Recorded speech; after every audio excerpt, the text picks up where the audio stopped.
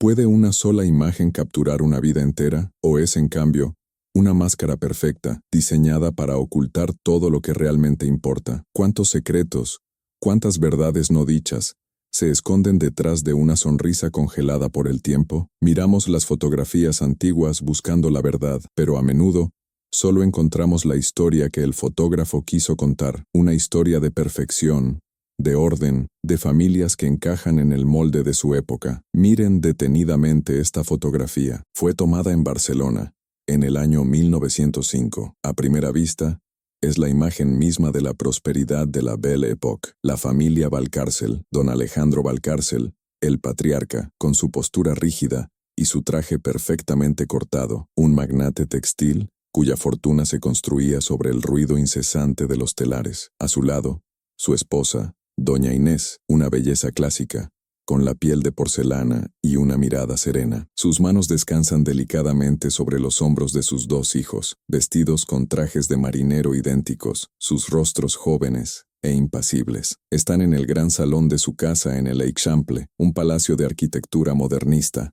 donde cada jarrón, cada tapiz, grita riqueza. Parecen perfectos, pero esta familia, esta perfección, es una mentira elaborada, cosida con hilos de seda y miedo, y mantenida unida por la presión de una sociedad que no perdonaba las grietas. Y la clave de toda esta farsa, el hilo suelto que amenaza con deshacerlo todo, está aquí, casi invisible al ojo casual, un pequeño minúsculo detalle en el suntuoso vestido de seda de la madre, doña Inés, un detalle que, una vez que lo ves, reescribe toda la historia. Al final de este viaje, no solo entenderán la mentira que esta familia guardaba con tanto celo, sino que descubrirán a la verdadera heroína de esta historia. Una mujer que nadie en esta fotografía parece ver, una sombra en el borde del encuadre, pero cuyo acto silencioso de rebelión lo cambió todo. Estas son las historias que el tiempo intenta borrar, las vidas de aquellos que vivieron en las sombras de los grandes nombres. Si crees como nosotros que es vital rescatar a estos héroes invisibles del pasado, si sientes que sus lecciones de coraje y resiliencia deben ser contadas, hazlo saber. Suscríbete a este canal y dale a me gusta ahora mismo. No es solo un clic, es un acto de memoria. Es tu forma de decirnos que estas historias importan. Para entender la mentira, primero debemos entender el mundo que la hizo necesaria. Barcelona en 1905 no era solo la ciudad de los arquitectos geniales y los cafés elegantes. Era conocida como la Rosa de Foc, la Rosa de Fuego. Era una ciudad de contradicciones explosivas. Por cada palacio modernista que se erigía en el Paseo de Gracia, había 1000 viviendas insalubres en los barrios bajos de El Raval o Poblenou. El aire no solo olía a perfume y jazmín, olía a carbón, a sudor industrial y cada vez más a pólvora. El anarquismo, el socialismo y el republicanismo hervían bajo la superficie pulida de la sociedad burguesa. Las huelgas eran constantes, las bombas una amenaza real. En este polvorín vivían los Valcárcel. Don Alejandro no era un hombre amable, era un producto de su tiempo. Creía en el orden, la jerarquía y el poder del dinero. Sus fábricas eran conocidas por las largas jornadas y los bajos salarios. En la cena, a menudo despotricaba contra los agitadores que, según él, envenenaban las mentes de los trabajadores. Para él, la familia era otra posesión, un reflejo de su éxito. La perfección de esta fotografía no era una opción, era una exigencia. Doña Inés era su mayor tesoro. Casada con él en un arreglo entre familias ricas, su vida era un guión escrito por otros. Debía ser la anfitriona perfecta, la madre devota, el símbolo intachable de la fortuna Valcárcel. Pero bajo esa serenidad de porcelana, algo ardía. Inés era una mujer culta, que leía más que novelas románticas. Leía periódicos, leía panfletos que encontraba misteriosamente, veía la injusticia desde los cristales tintados de su carruaje, se sentía una prisionera en su propia casa de lujo. Y luego estaba la otra mujer en esta historia, la que la cámara casi olvida. Miren de nuevo, en el extremo izquierdo,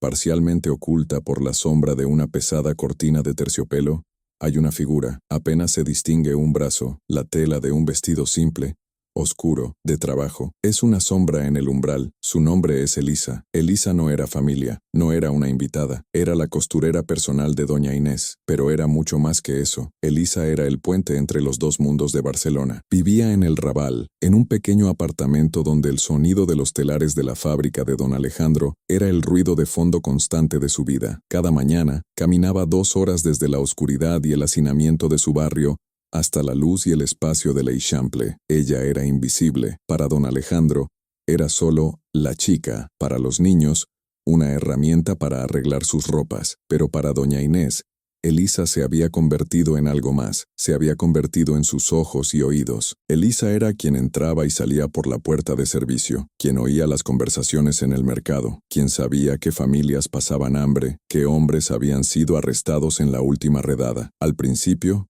su relación era puramente profesional. Elisa llegaba al vestidor de doña Inés, un santuario de sedas y encajes, y trabajaba en silencio. Pero Inés empezó a hacer preguntas. ¿Cómo está tu familia, Elisa? ¿Es verdad lo que dicen de la huelga en el puerto? Elisa al principio era cautelosa. Sabía que una palabra equivocada podría costarle el trabajo, y su trabajo alimentaba a su madre enferma y a sus hermanos menores. Pero en los ojos de doña Inés, no vio la curiosidad ociosa de una mujer rica, sino una urgencia genuina. Vio a otra prisionera. El vestido que doña Inés lleva en la fotografía fue el proyecto de Elisa durante meses. Don Alejandro había encargado la seda más fina de León. Debe ser una obra de arte, había ordenado. El fotógrafo es el mejor de la ciudad. Esta imagen definirá a nuestra familia. Elisa trabajó en él día y noche. Sus dedos estaban callosos y a menudo sangraban sobre la tela, obligándola a deshacer horas de trabajo para ocultar la mancha. Fue durante estas largas sesiones de prueba, mientras don Alejandro estaba en sus fábricas o en su club social, que la confianza entre las dos mujeres creció. Hablaban en susurros. Inés pasaba a Elisa artículos de periódicos prohibidos,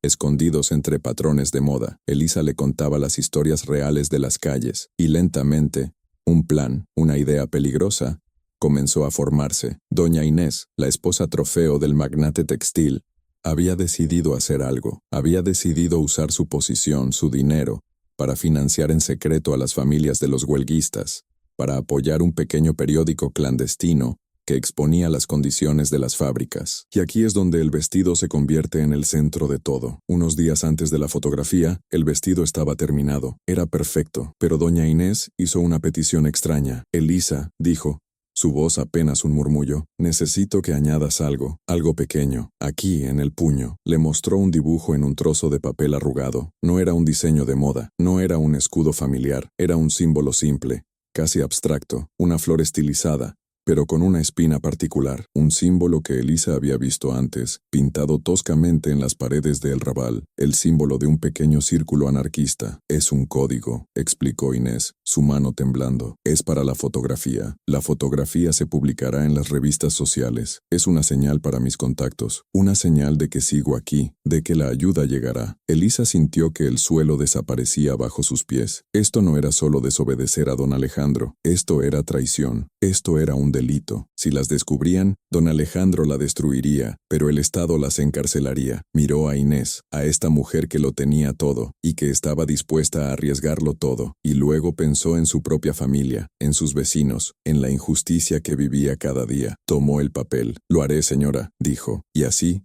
el día de la fotografía, mientras el fotógrafo preparaba su voluminosa cámara y sus placas de magnesio, la tensión en la sala era casi insoportable. Don Alejandro se quejaba del calor. Los niños estaban inquietos. Doña Inés estaba pálida como un fantasma, pero su columna vertebral era de acero, y Elisa, nuestra protagonista oculta, estaba en la sombra de la puerta, sosteniendo su cesta de costura, sus nudillos blancos. Observaba el puño del vestido. Había pasado toda la noche bordando la pequeña señal, ocultándola magistralmente dentro del patrón de encaje existente. Era su trabajo, su riesgo, su acto de desafío. La familia posó. Miren aquí. Perfecto, don Alejandro. Doña Inés, una leve sonrisa. El fotógrafo se metió bajo la tela oscura. Elisa contuvo la respiración. Sabía lo que esa sonrisa escondía. Sabía lo que ese vestido significaba. La mentira de la familia perfecta estaba a punto de ser inmortalizada. Pero cosida en esa mentira, Elisa e Inés habían escondido una verdad explosiva. El flash estalló. iluminando la habitación por una fracción de segundo, capturando el salón, la familia, el vestido y el secreto. El estallido del magnesio dejó una estela de humo azulado y puntos brillantes bailando ante los ojos de todos. El fotógrafo emergió de debajo de la tela, sonriendo, ajeno a la corriente subterránea de pánico que acababa de inmortalizar. Magnífico, don Alejandro. Una imagen para la posteridad. Don Alejandro Valcárcel asintió con gravedad, ya volviendo a ser el magnate. Por supuesto, dijo, como si cualquier resultado menor fuera imposible. Se alisó el chaleco y miró a su esposa. Inés, estabas aceptable. Niños, dejen de moverse. Vayan con su institutriz. Doña Inés soltó un suspiro que fue casi un temblor. Sus ojos buscaron, por una fracción de segundo, la sombra en la puerta. Elisa seguía allí, inmóvil, con su cesta de costura. Sus miradas se cruzaron. No hubo sonrisa, ni alivio. Fue un intercambio de puro terror y confirmación. El acto estaba hecho. La señal estaba cosida no solo en la seda, sino ahora en la placa de vidrio, lista para ser reproducida, lista para ser vista. «Puedes retirarte», dijo Inés, su voz recuperando un matiz de su frialdad habitual, un tono necesario para el papel que interpretaba. Elisa hizo una pequeña reverencia y se deslizó por el pasillo de servicio, un fantasma saliendo del escenario. El viaje de regreso de Elisa a El Raval era como descender a través de las capas del infierno, o quizás del cielo al infierno. Dejaba atrás los suelos de mármol pulido, el silencio perfumado de las flores cortadas y el aire espacioso de l'Eixample. En cuanto cruzaba las primeras calles más allá de la Plaza de Cataluña, el mundo cambiaba. El aire se volvía espeso, cargado con el olor a pescado frito, a aguas residuales y al polvo omnipresente del carbón industrial. Las calles se estrechaban, convirtiéndose en cañones oscuros donde el sol rara vez tocaba el pavimento. Aquí, la vida no se vivía en salones privados, sino en las calles. Mujeres con los hombros hundidos por el cansancio gritaban desde las ventanas. Los niños, muchos de ellos descalzos, corrían entre los carros de los vendedores. Pero esa tarde, Elisa apenas notaba el caos habitual. Su corazón latía con un ritmo diferente, un tambor de miedo y adrenalina. En su cesta de costura, bajo una pila de retales de tela y bobinas de hilo, había algo más peligroso que cualquier aguja. Había un sobre grueso. No contenía patrones de costura. Contenía una suma de dinero que, para ella, representaba una fortuna, y una nota con una serie de nombres y direcciones. Era la contribución de doña Inés, la ayuda real que el símbolo del vestido solo prometía. Elisa no era solo la costurera, se había convertido en la mensajera. La invisibilidad que era su maldición en el mundo de los Valcárcel se había convertido en su mayor arma en este otro. Nadie miraba dos veces a una costurera. Su destino era una pequeña imprenta, escondida en el sótano de una taberna que olía a vino agrio. La puerta estaba en un callejón tan estrecho que dos personas apenas podían cruzarse. Tocó un ritmo específico en la madera podrida. 3 golpes rápidos.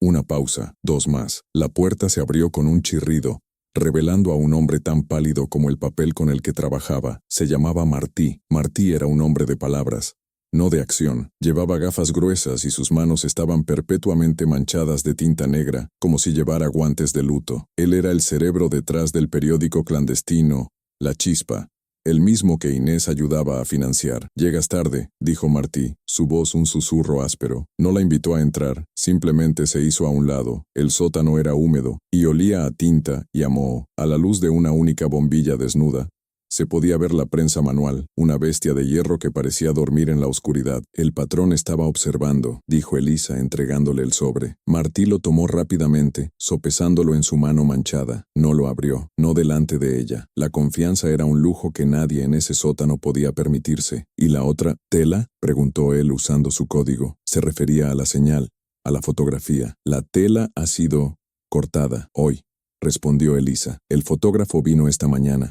Pronto estará en las revistas». Martí se frotó la frente, dejando una mancha de tinta. «Bien, eso es bueno, pero es peligroso. Las cosas están empeorando». La miró fijamente, sus ojos magnificados por las lentes. «El capataz de Valcárcel, Basilio, ha estado haciendo preguntas. Ha estado por aquí». El estómago de Elisa se encogió. Basilio. Si don Alejandro era la mente fría de la tiranía, Basilio era sus manos sucias. Un hombre corpulento, conocido por su brutalidad en la fábrica, que disfrutaba rompiendo huelgas con una porra de madera. Si Basilio estaba en el Raval, no estaba comprando vino, estaba cazando. «Saben que hay una fuga», continuó Martí, apilando ejemplares de La Chispa. «Saben que alguien con dinero está ayudando. Creen que es uno de los suyos, un industrial rival. Un político. No sospechan de ella, todavía. Pero si Basilio te ve, nadie me ve, dijo Elisa, con más convicción de la que sentía. Soy la costurera. Ten cuidado, Elisa, dijo Martí, su voz suavizándose por un momento. No eres solo la costurera, eres el hilo que une dos mundos, y los hilos se pueden cortar. Elisa salió de la imprenta y se sumergió de nuevo en el laberinto del Raval, sintiendo 1000 ojos en la nuca. El dinero había sido entregado, el mensaje había sido pasado. Ahora solo quedaba esperar. Pasaron 10 días, 10 días en los que Elisa fue y vino de la casa Valcárcel, cosiendo, remendando, escuchando. Doña Inés estaba más tensa que nunca. Apenas hablaba. Sus días llenos de migrañas que la mantenían confinada en sus aposentos oscuros. Don Alejandro estaba de un humor excelente, sus negocios prosperaban, y la amenaza de huelga parecía haberse calmado, al menos en la superficie. Entonces, una mañana, mientras se dirigía al trabajo, Elisa la vio. En el escaparate de una de las tiendas más elegantes del Paseo de Gracia, estaba la revista Ecos de Sociedad, y en la portada, en glorioso sepia, estaba la familia Valcárcel. Se quedó paralizada, su aliento formando vaho en el cristal frío. Ahí estaban, la familia perfecta, don Alejandro, imponente, los niños, inocentes, y doña Inés, serena. Elisa se acercó más, su nariz casi tocando el vidrio. El fotógrafo había hecho un trabajo soberbio, la claridad era asombrosa. Podía ver cada pliegue de la seda, y entonces lo vio. En el puño izquierdo de doña Inés, justo donde su mano descansaba sobre el hombro de su hijo, era diminuto. Para el 99% de Barcelona, no sería más que un adorno floral, un capricho del bordado, pero para aquellos que sabían qué buscar, era inconfundible. La flor, la espina, el símbolo. No era un grito de desafío, era un susurro, pero era un susurro que ahora estaba impreso en cientos de copias, distribuido por toda la ciudad, invisible, y a la vez a la vista de todos. Elisa sintió un escalofrío que no tenía nada que ver con el frío de la mañana. La señal había sido enviada, el mensaje estaba en el mundo, el plan, para bien o para mal, estaba en marcha, y mientras ella miraba la imagen, se dio cuenta de algo que la heló hasta los huesos. Alguien más se había detenido a mirar la revista. En el reflejo del cristal, vio a un hombre corpulento con un abrigo oscuro, observándola. Basilio, el capataz. Él no la miraba a ella, miraba la fotografía con una intensidad depredadora, como si intentara descifrar un mapa. Luego, lentamente, su mirada en el reflejo se movió y se encontró con la de ella. El aire frío de la mañana pareció congelarse en los pulmones de Elisa. El mundo se redujo a aquel reflejo en el cristal, sus propios ojos asustados, la imagen perfecta de la familia Valcárcel y la mirada pesada y calculadora de Basilio. Él no sonrió, no hizo ningún gesto, simplemente la observó, conectando los puntos. La costurera, la fotografía, el interés inusual. Para un hombre como Basilio, cuya vida consistía en encontrar debilidades, un patrón fuera de lugar era como una confesión. Elisa rompió el contacto visual primero. Fue un acto de pura voluntad. Giró sobre sus talones bajando la cabeza e intentó fundirse con la escasa multitud de la mañana. Su corazón golpeaba sus costillas con tanta fuerza que temía que él pudiera oírlo. No miró hacia atrás. Forzó sus pies a mantener el ritmo constante y humilde de una sirvienta, no el trote asustado de una conspiradora. Cada paso que daba por el Paseo de Gracia, sentía la mirada de Basilio como un objeto físico perforando su espalda. Cuando llegó a la puerta de servicio de la casa Valcárcel, sus manos temblaban tanto que apenas pudo sacar la llave. El mayordomo la miró con desdén. Tarde, dijo secamente. Elisa murmuró una disculpa y corrió hacia la seguridad del cuarto de costura. Ese día, el trabajo fue una tortura. Cada puntada era un esfuerzo. El hilo se enredaba, la aguja pinchaba sus dedos entumecidos. Esperaba ansiosamente la llamada de doña Inés. Finalmente, a media tarde, sonó la campanilla. Encontró a Inés en su dormitorio. La habitación a oscuras a pesar del sol de la tarde, las pesadas cortinas corridas. La revista Ecos de Sociedad estaba abierta sobre su tocador, junto a un frasco de sales aromáticas. ¿Lo has visto?, susurró Inés, sin siquiera saludar. Su rostro estaba pálido, sus ojos oscuros y febriles. Sí, señora, está en todos los kioscos. El símbolo es claro. No eso, dijo Inés, impaciente. Se levantó y caminó hacia la ventana, pero no abrió las cortinas. A él a Basilio. Elisa se quedó helada. ¿Usted también lo ha visto? Él estuvo aquí, dijo Inés, su voz bajando aún más. Esta mañana, don Alejandro lo convocó. Algo sobre problemas en la fábrica de Poblenou, pero lo vi desde esta ventana. No se fue directamente. Se quedó en la calle de enfrente, observando esta casa, observando la puerta de servicio, el cuarto de costura que siempre había parecido un santuario. Ahora se sentía como una trampa. El puente que Elisa representaba se había vuelto visible para el enemigo. Señora, dijo Elisa, la urgencia haciendo que su voz fuera firme. Él me vio, esta mañana, mirando la revista en un escaparate. Nos vimos en el reflejo. Él sabe que yo sé. O al menos, sospecha. Doña Inés se llevó una mano a la boca, sus nudillos blancos. Durante un largo minuto, el único sonido fue el tic-tac del ornamentado reloj de sobremesa. La prisión dorada de Inés se había vuelto de repente muy real. El plan debe continuar, dijo Inés finalmente, su voz recuperando un filo de acero. Ahora más que nunca, el dinero de la última entrega. Martí me ha hecho saber que fue interceptado. ¿Interceptado? El pánico se apoderó de Elisa. Martí está bien, está a salvo, pero el dinero se perdió. Los hombres de Basilio detuvieron al contacto. La publicación de la fotografía era la señal para una entrega mucho mayor, la que debe pagar la fianza de los líderes sindicales arrestados. Si no pagamos, serán enviados a la prisión de Montjuic, y de allí, nadie vuelve igual, o nadie vuelve en absoluto. Inés fue a su escritorio, abrió un cajón secreto y sacó un paquete envuelto en tela. Era más grueso que el anterior. Esta es la totalidad de mis joyas personales. Las he estado vendiendo una por una durante meses. Esta es la última. El dinero está dentro. Debes llevárselo a Martí, esta noche. Esta noche, repitió Elisa aturdida. Pero señora, Basilio, él está vigilando.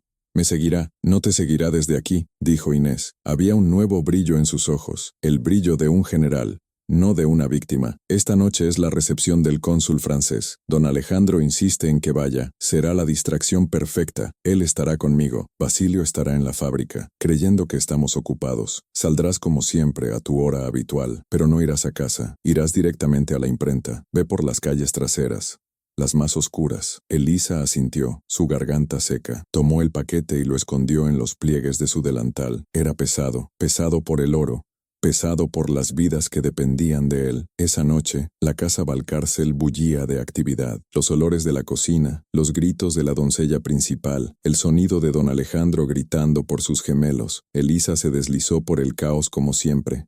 Invisible, vio a doña Inés descender la gran escalera. Llevaba un vestido de terciopelo verde esmeralda, su cabello recogido con diamantes, los pocos que le quedaban. Supuso Elisa, parecía la reina de Barcelona. Cuando sus ojos se encontraron con los de Elisa en el vestíbulo, su mirada fue imperceptible, pero Elisa entendió el mensaje. Fracasar no es una opción. Minutos después, Elisa estaba en la calle. La noche de Barcelona era una bestia diferente. Las farolas de gas arrojaban charcos de luz enfermiza, separados por vastas extensiones de oscuridad. El aire era frío y olía a mar. Se aferró al paquete, su mano dentro del bolsillo de su abrigo. Siguió las instrucciones de Inés evitando las avenidas principales y sumergiéndose en el laberinto de callejones del barrio gótico que tenía que cruzar para llegar a El Raval. Cada sombra parecía moverse, cada eco de un paso en el pavimento la hacía saltar. Giró en un callejón particularmente oscuro, un atajo que conocía bien, y entonces lo oyó. Pasos, pesados, rápidos. No era un eco, alguien la estaba siguiendo. No se atrevió a mirar atrás, apretó el paso,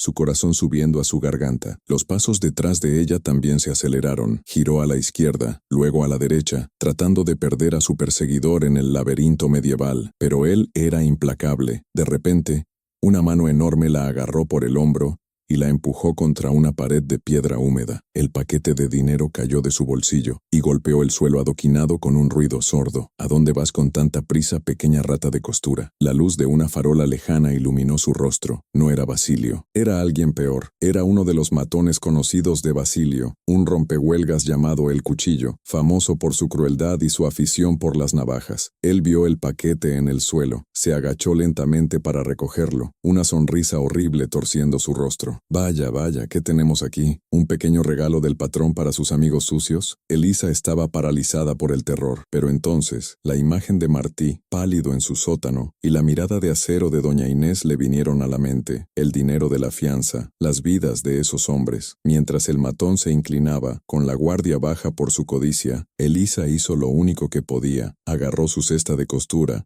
el objeto que la definía, su herramienta de invisibilidad, y con toda la fuerza que el miedo y la rabia le daban, la estrelló contra el costado de la cabeza del hombre. No era un arma, pero estaba llena de pesadas tijeras de metal y bobinas. El golpe resonó en el callejón. Él soltó un gruñido de sorpresa y dolor, tropezando hacia un lado. Elisa no esperó. Agarró el paquete del suelo y corrió. Corrió como nunca había corrido en su vida, sus pulmones ardiendo, el sonido de las maldiciones del hombre desvaneciéndose detrás de ella. No paró hasta que llegó a la puerta de la taberna de Martí, golpeando el código con manos ensangrentadas por la caída. La puerta se cerró de golpe tras ella, sumergiendo a Elisa en la oscuridad húmeda del sótano de Martí. Por un momento, lo único que se oyó fue su respiración desgarrada, que sonaba más a un sollozo. La única luz de la bombilla iluminó el rostro de Martí, que pasó del pánico a una sombría conmoción. Estaba pálida, con un corte en la mejilla por el roce contra la pared, y sus nudillos sangraban allí donde se habían aferrado a la cesta de costura. «El cuchillo», jadeó ella, empujando el pesado paquete de tela sobre la mesa de impresión. La tela estaba manchada con la sangre de sus manos. Me estaba esperando. El rostro de Martí se ensombreció. Sin decir palabra, fue a un rincón, mojó un trapo en un cubo de agua, probablemente destinada a la imprenta,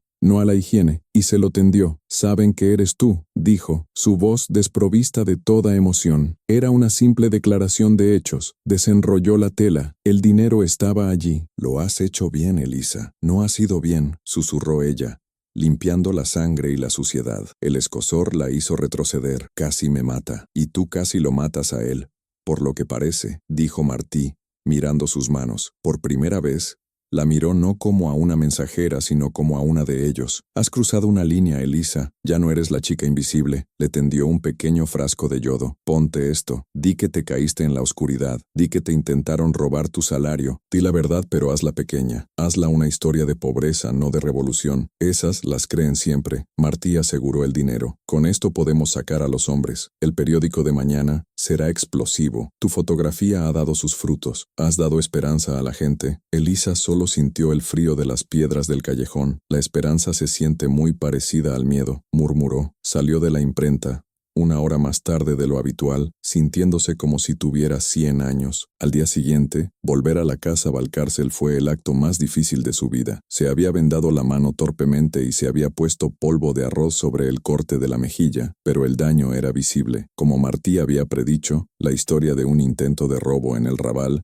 fue aceptada con un encogimiento de hombros por parte del mayordomo. Era el tipo de violencia casual que los ricos esperaban que ocurriera en los barrios pobres, pero alguien no lo aceptó. Subió al cuarto de costura, sus miembros doloridos. Doña Inés ya la estaba esperando. No estaba en su cama con una migraña. Estaba de pie junto a la ventana, completamente vestida con un traje de día severo, con la luz del sol iluminando su rostro. Cuando vio la mano vendada de Elisa, inspiró bruscamente. «¿Fue él?», preguntó, su voz temblando, no de debilidad, sino de rabia. Elisa cerró la puerta. «No, uno de sus hombres. El cuchillo». Inés cerró los ojos. La culpa era palpable en el aire. «Por mi culpa. Te he convertido en un objetivo. Hicimos lo que teníamos que hacer», dijo Elisa, sorprendiéndose de su propia firmeza. «El dinero está con Martí. Los hombres serán libres». Doña Inés caminó hacia ella, y para asombro de Elisa, le cogió la mano herida, sus suaves dedos de dama rozando el áspero vendaje. «Eres la mujer más valiente que he conocido,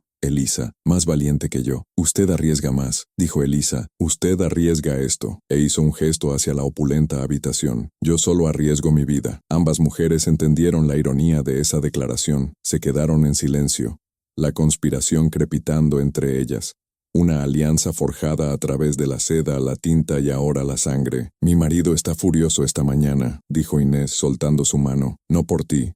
El periódico, La Chispa, al parecer publicaron un artículo detallando las condiciones de la fábrica, utilizando información que solo alguien de dentro podría conocer. Nombres, cifras. Don Alejandro está como loco. Cree que hay un traidor en su círculo íntimo. ¿Sospecha de usted?», preguntó Elisa. «Nunca. Para él, soy una decoración, incapaz de tal pensamiento, sospecha de sus socios, de sus gerentes, lo cual es bueno. Hizo una pausa, pero ha llamado a Basilio. Están reunidos en el estudio ahora mismo. Como si las palabras fueran una invocación, un fuerte golpe sonó en la puerta del cuarto de costura. No era el toque ligero de una doncella, era un puño. Inés y Elisa intercambiaron una mirada de pánico. Inés asintió hacia la puerta. Elisa la abrió. No era Basilio, era el propio don Alejandro Valcárcel. Su rostro estaba rojo por la ira. Sus ojos parecían perforar a Elisa. Nunca antes había estado él en esta parte de la casa. Usted, dijo, señalando a Elisa, deje eso, venga conmigo, ahora. No le dio tiempo a responder. Se dio la vuelta y se dirigió a la escalera principal esperando que le siguiera. Elisa miró a Inés. El rostro de doña Inés estaba blanco como el mármol.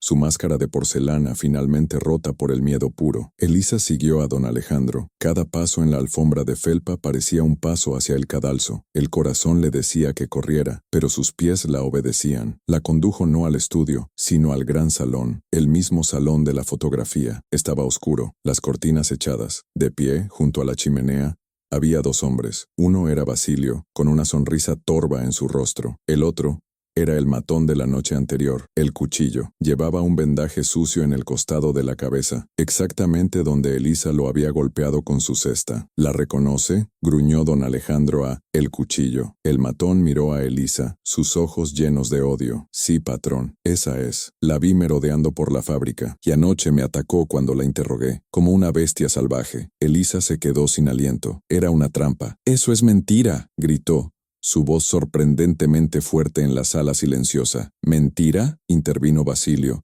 su voz un ronroneo aceitoso. Don Alejandro, la hemos estado observando.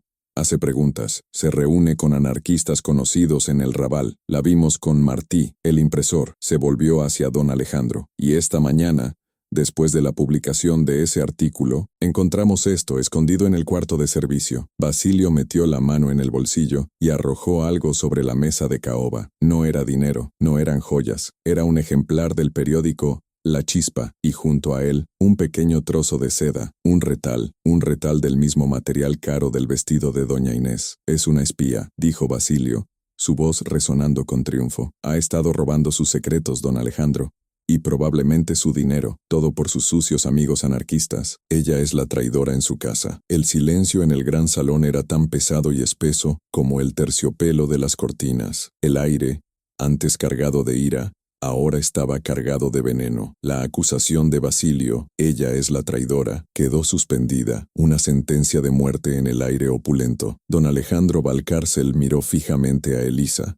Sus ojos como dos trozos de hielo. No la veía como una persona, sino como una alimaña, una infestación en su hogar perfecto. Elisa se sintió encoger bajo su mirada. Su mente corría, pero no había escapatoria. Las pruebas, aunque circunstanciales, estaban todas allí, tejidas por la astucia de Basilio. El matón herido, el periódico clandestino, el trozo de seda, todo apuntaba a ella. Podía negar, podía llorar, pero sabía que su palabra, la palabra de una costurera de El Raval, no valía nada contra la del capataz de confianza del patrón y la evidencia física de un hombre herido. ¿Tienes algo que decir en tu defensa, muchacha? La voz de don Alejandro fue un estruendo bajo, el sonido de la piedra de un molino a punto de triturar. Elisa abrió la boca, pero solo salió un susurro. No es lo que parece. Ah, pero lo es, se burló Basilio, saboreando el momento. Es exactamente lo que parece, una serpiente que hemos alimentado. El cuchillo escupió en el suelo, pero Basilio le lanzó una mirada que lo silenció. La trampa estaba cerrada. Don Alejandro levantó la mano no para golpear, sino para hacer una señal hacia la puerta, probablemente para llamar a la guardia urbana, para entregarla, para que desapareciera en las cárceles del castillo de Montjuic. Esperen, la voz resonó desde el umbral. No era la voz de Elisa, era clara,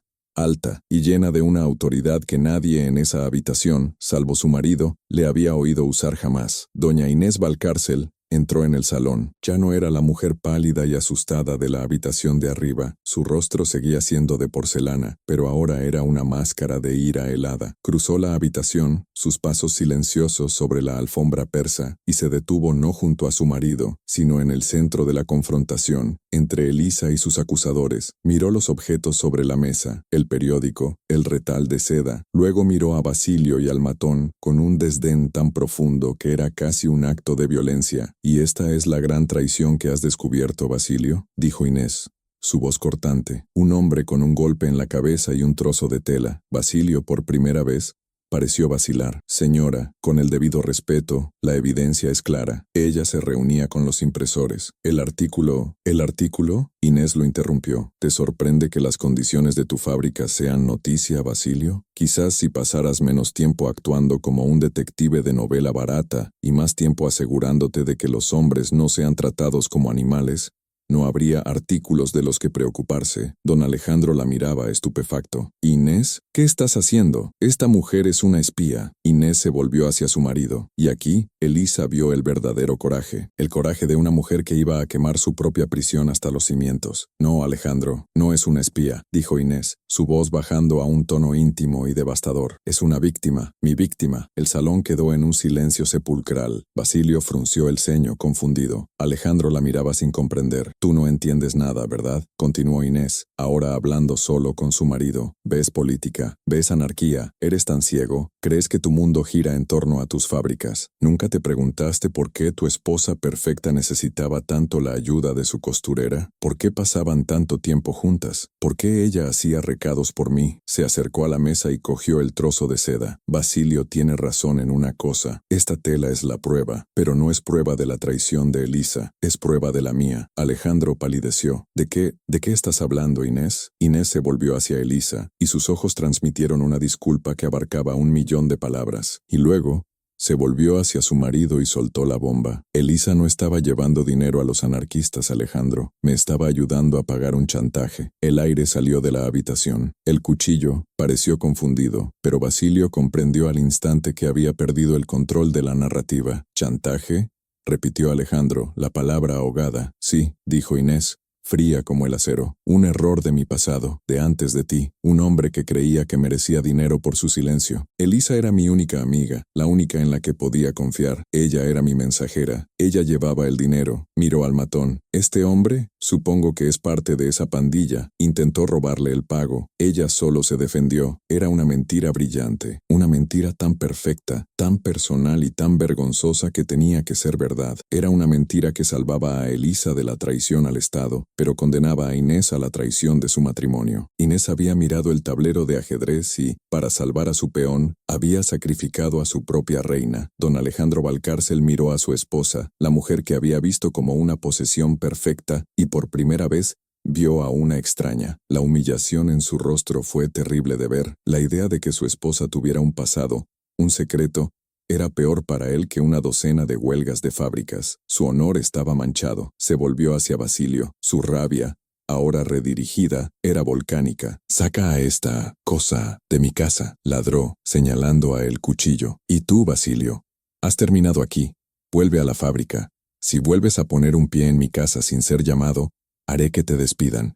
¿Entendido?». Basilio estaba lívido. Sabía que le habían ganado, pero no podía decir cómo. Sabía que la historia del chantaje era falsa, pero refutarla significaría llamar mentirosa a la señora de la casa frente a su marido, y eso era un suicidio profesional. Agarró a el cuchillo del brazo y lo arrastró fuera del salón. Derrotado, quedaron 3 personas: Alejandro, Inés y Elisa. El silencio que regresó fue peor que el anterior. Don Alejandro no miró a su esposa, miró a Elisa. Su mirada no era de ira ahora, era de pura repulsión, como si ella fuera la encarnación viviente de la mancha de su esposa. «Recoge tus cosas», dijo, su voz mortalmente tranquila. «Sal de mi casa, tienes 10 minutos. Si alguna vez te vuelvo a ver o vuelvo a oír tu nombre, me aseguraré de que la policía te encuentre, por la razón que sea. Ahora, Vete. Elisa no dijo nada. Hizo una reverencia, un último movimiento de sirvienta. Sus ojos se encontraron con los de Inés por una última fracción de segundo. No hubo gracias, no hubo despedida, solo el reconocimiento silencioso de un sacrificio compartido. Don Alejandro se volvió hacia su esposa, su rostro una máscara de furia controlada. Inés, sube a tu habitación. Tú y yo hablaremos más tarde. Elisa se dio la vuelta y salió del salón. Mientras subía la escalera de servicio por última vez, oyó el sonido de la puerta del salón cerrándose con un golpe sordo, como la tapa de un ataúd, sellando el destino de la familia perfecta para siempre. Elisa recogió su cesta de costura, la misma que la había salvado, la misma que la había condenado. En sus 10 minutos, no reunió ropas ni posesiones, solo tomó sus herramientas, sus tijeras, sus agujas, sus hilos. Eran las únicas cosas que realmente le pertenecían. Mientras bajaba la escalera de servicio por última vez, el silencio de la casa era ensordecedor. El mayordomo la observó desde el final del pasillo, su rostro impasible. Él ya lo sabía. En las grandes casas, las noticias de una caída en desgracia viajaban más rápido que el fuego. La pesada puerta de servicio se cerró detrás de ella con un golpe sordo y definitivo. El aire de la calle, antes solo una transición entre sus dos mundos, ahora era el único aire que le quedaba. Estaba en la calle, despedida, marcada, sin referencias. Una costurera acusada de traición, ya fuera política o personal, no volvería a trabajar en el Eixample, pero mientras caminaba, alejándose de las anchas avenidas y adentrándose en la densidad de El Raval, Elisa no sintió la desesperación que esperaba. Sintió el peso de sus tijeras en el bolsillo. Sintió el dolor punzante en su mano vendada. Y por primera vez, no sintió miedo. Sintió rabia. Y sintió libertad. La invisibilidad le había sido arrebatada, pero en su lugar, había encontrado una voz. Esa noche no fue a su apartamento, fue directamente a la imprenta. Cuando Martí abrió la puerta, la miró y supo que todo había cambiado. Me han echado, dijo ella. Basilio lo sabe todo, o cree que lo sabe. Se sentó en el sótano húmedo, el olor a tinta y a verdad llenando sus pulmones. Martí la escuchó en silencio mientras ella relataba la increíble actuación de doña Inés. Cuando terminó, Martí asintió lentamente. Ha sacrificado a su reina para salvar a un peón, murmuró él. Una táctica audaz. No soy un peón, dijo Elisa, su voz dura. Y ella tampoco era una reina. Éramos solo dos mujeres. Elisa nunca volvió a ser costurera de damas ricas. Se quedó con Martí. Al principio, ayudaba a organizar las entregas. Luego, con su conocimiento íntimo de las casas ricas, de sus rutinas, de sus vulnerabilidades, se convirtió en una organizadora invaluable. Sus manos, antes dedicadas a la seda fina, aprendieron a manejar los tipos de plomo de la imprenta. La costurera que cosía secretos ahora los imprimía para que todo el mundo los viera. ¿Y qué fue de la familia perfecta? La casa Valcárcel permaneció en el Eixample, un monumento de silencio. Don Alejandro nunca se divorció de Inés. En esa sociedad, el escándalo habría sido peor que la infelicidad, pero su matrimonio se convirtió en una tumba de hielo. Doña Inés se convirtió en la prisionera que siempre había temido ser. La mentira que inventó sobre el chantaje se convirtió en su realidad. Fue aislada, sus salidas sociales reducidas a nada, su tiempo confinado a sus habitaciones. Había salvado la vida de Elisa, había liberado a los sindicalistas, pero había pagado con su propia libertad. Basilio fue finalmente despedido.